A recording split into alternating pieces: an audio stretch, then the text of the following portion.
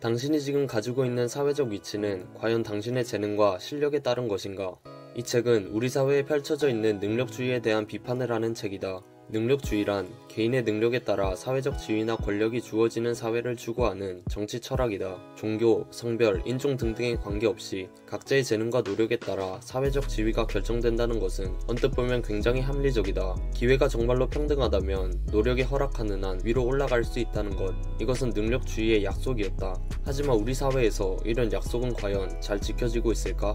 노력과 재능만으로 누구나 상류층에 올라갈 수 있다는 믿음은 더 이상 사실과 맞지 않는다. 하버드와 스탠포드 대학생의 3분의 2는 소득 상위 5% 가정 출신이다.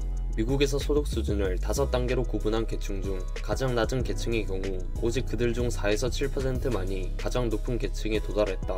더 이상 가난한 계층과 부유한 계층의 기회는 공평하게 주어지지 않는다. 드라마 스카이캐슬처럼 부유한 환경의 학생들은 입시 컨설팅, 고액과외 등등 경쟁에 있어 유리한 위치를 선점한다. 시작부터 환경에서의 너무나도 큰 차이에 능력에 따른 사회적 상승 가능성에 대한 믿음이 깨져버렸다고 저자는 말한다. 능력주의는 성공한 사람들, 상류층에 있는 사람들이 자신의 성공 요인이 행운이나 자신이 우연히 얻은 환경적 우위 때문이 아니라 그들 스스로의 노력과 분투로 얻은 성과라고 생각하게 한다. 반대로 경쟁에서 도태되거나 운이 덜 좋았던 사람들은 자신의 상황에 대한 책임을 모두 자기 자신에게로 돌리게 한다. 대학을 나오지 않은 사람을 볼 때 그 사람의 환경이나 특수성을 고려하지 않고 쟤는 뭐하다가 대학 학위도 못 받았느냐 라고 생각하게 되는 것이다.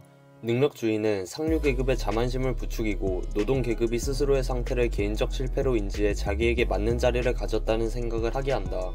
이는 사회적 상승을 더 힘들게 만들어 부자와 빈자 사이의 격차가 점점 벌어지는 악순환이 반복되고 있다고 저자는 말한다. 커져가는 불평등 자체도 문제이지만 그를 인식하는 사람들의 태도가 더 문제라고 저자는 말한다. 대표적인 예시로 학력주의가 있다. 1990년대에서 2000년대 미국의 주류 정당들은 모든 이들에게 동등한 기회를 주고 자신의 재능과 노력에 따라 성공의 기회를 만들어주기 위해 교육을 내세웠다. 하지만 성적이 나쁜 학생들은 도태되기 마련이었고 그들은 그에 따른 자신의 사회적 실패가 모두 자신 탓이라고 생각하게 되었다. 반면 성적이 좋은 학생들은 사회적으로 성공했고 그것이 그들의 실력 덕분이며 자신이 성공할 자격이 있다고 생각하게 되었다. 이것이 지속되며 사회적으로 성공한 사람들이 그렇지 못한 사람들을 깔본다라는 인식이 생겼다. 실제로 고학력에 대한 대중적 지지가 줄어들었다. 대학 학위는 이제 학력주의자들의 특권과 능력주의의 오만이 되어버렸다고 저자는 말한다. 대학 학위가 품격 있는 직업과 사회적 명망의 조건이라는 생각이 만연하고 비대졸자의 사회적 기여를 폄하하게 되며 저학력 구성원들에 대한 편견이 생겼다고 말이다. 이런 편견들은 우리의 의식뿐 아니라 여러 시청각 매체에도 스며들어 있다. 대통령들의 연설, 발언에서 지속적으로 언급되는 스마트한, 우둔함과 같은 단어 사용은 학력주의를 조장하고 엘리트들이 노동계급을 내려다보는 느낌을 준다. 여러 애니메이션 드라마에서 상류, 중류, 전문 직업인은 호의적으로 묘사되는 반면 블루컬러들은 무능하고 놀림감이 되기 일쑤였다. 저자는 이런 행태에 계층인지 감수성이 부족하다고 지적한다. 능력주의적 인재선별은 우리 성공은 오로지 우리가 이룬 것이라고 가르쳤고 그만큼 우리는 서로에게 비치고 있다는 느낌을 잃게 되었다. 이제 우리는 그런 유대관계의 상실로 빚어진 분노의 회오리 속에 있다고 저자는 말한다. 일의 존엄성을 회복함으로써 능력의 시대가 풀어버린 사회적 연대의 끈을 다시 매도록 해야 한다고 저자는 말한다. 하지만 모두가 공평한 출발점에서 경쟁할 수 있도록 하는 것이 가능할까? 훈련, 교육, 역량 등등 모든 부분에서 모두가 똑같이 접한다는 것은 불가능한 일이다. 따라서 저자는 능력주의 대신 두 가지 새로운 관점을 제시한다. 첫 번째는 하이에크의 자유헌정론에서 언급된 부분이다. 하이에크는 경제적 보상과 개인의 능력, 도덕적 자격은 전혀 무관하다고 보았다. 해당 직업의 사회적 위치와 도덕성은 개인의 능력과 연관성 자체가 없다는 것이다. 내가 가진 재능이 우연히 사회에서 높은 가치를 쳐주는 재능인 것은 나의 노력의 결과가 아니며 도덕적 문제도 아니다. 단지 행운의 결과일 뿐이다. 쉽게 말해 운동선수가 지금처럼 많은 사람들의 사랑을 받고 명예로운 직업이 될 수 있었던 것은 우리 사회가 스포츠를 좋아하기 때문이라는 것이다. 아무도 스포츠를 좋아하지 않았다면 운동선수의 재능은 아무 쓸모가 없었을 것이다. 두 번째는 존 롤스의 정의론에서 언급된 부분이다. 롤스는 승자가 남들보다 불운한 사람들과 승리의 과실을 나누는 방법을 제시했다. 재능 있는 사람들이 재능을 펼칠 수 있게 하되 그들의 재능이 시장사회에서 거둔 성과를 능력이나 자격을 내세워 독점하지 못하도록 하는 것이다. 자연적 재능의 분배 상태가 공동자산이며 그 분배에서 비롯되는 편익은 무엇이든 공동체적으로 향유되어야 한다.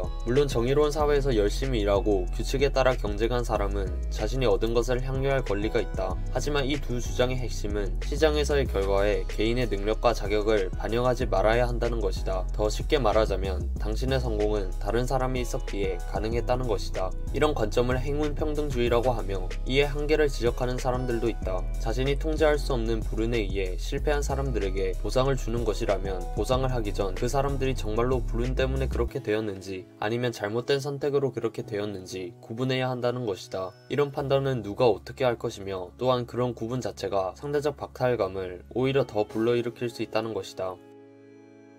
저자는 사회적 상승에만 집중하는 것이 민주주의가 요구하는 사회적 연대와 시민의식의 강화에 기여하지 못한다고 말한다. 상승에 실패한 사람들이 자신의 자리에서 만족할 수 있도록 그리고 스스로를 공동체의 구성원으로 여길 수 있도록 할 방법을 찾아야 한다고 말한다. 그리고 그 방법은 그들이 사회적 존경을 받는 일에서 역량을 개발하고 발휘하며 널리 보급된 학습 문화를 공유하고 동료 시민들과 공적 문제에 관해 논의하는 것 등으로 이루어진다고 저자는 말한다. 사회 구성원들의 꿈이 단지 고급 자동차나 높은 급여가 아니라 자신의 잠재력을 발휘하여 뭔가를 최상까지 이뤄낼 수 있는 그리고 태생이나 지위에 관계없이 자기 자신으로 인정받는 꿈이어야 한다고 말이다. 모든 직업이 존엄하고 그들이 있기에 세상이 작동한다는 의식을 모두가 가지고 있어야 한다. 마지막으로 저자는 겸손함을 가져야 한다고 말한다. 사회 속의 우리 자신과 재능은 우리의 행운이지 우리의 업적덕이 아니라고 말이다. 겸손함은 우리를 갈라놓고 있는 가혹한 성공 윤리에서 돌아설 수 있게 해준다. 그것은 능력주의의 폭정을 넘어 덜 악의적이고 더 관대한 공적 삶으로 우리를 이끈다. 우리 모두가 이 세상을 작동하게 하는 구성원이다. 우리가 없으면 세상은 제대로 돌아가지 않는다. 당신이 어떤 위치에 있고 어떤 상황에 처했는지는 상관없다. 우리 모두가 이 사회에 필요한 존재이기 때문이다.